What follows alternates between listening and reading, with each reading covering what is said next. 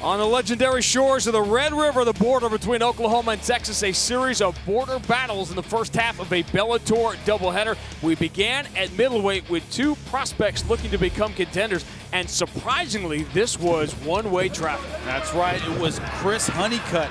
We knew he could wrestle, we knew he could get the takedown. He did that against Ben Ryder throughout this fight. What we didn't know he could do is handle the pressure on the feet.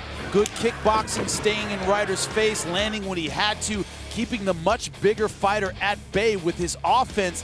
And at the end of the fight, great ground and pound, a bloody Ben Ryder hanging on for dear life. Chris Honeycutt finishing this fight with emphasis. 5, 10, 8 rounds for Chris Honeycutt in this dominant decision. He goes to 9-1.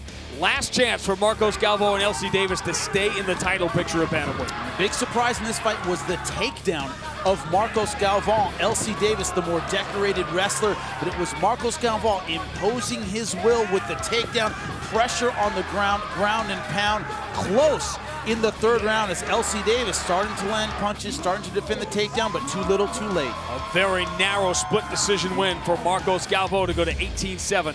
AJ McKee, unbeaten. Ray Wood, smile on his face, chance of a lifetime, and he almost shocked the world. And a flying knee just barely missed. It grazed the head. It stunned AJ McKee. Great finish of the round by Ray Wood, having his way on the feet. And what happened? AJ McKee went to his takedown. Just like his father, the double leg, the pressure, the ground and pound, the physical dominance throughout this fight, everything after round one, all AJ McKee. He wins another victory, this time a decision. Unanimous in nature. He goes to 6-0, an impressive performance though in defeat for Ray Wood. On to the main event. 2 years ago, Eduardo Dantas lost the world title to Joe Warren. Was this ever a different story? Eduardo Dantas coming in so confident behind the lead jab.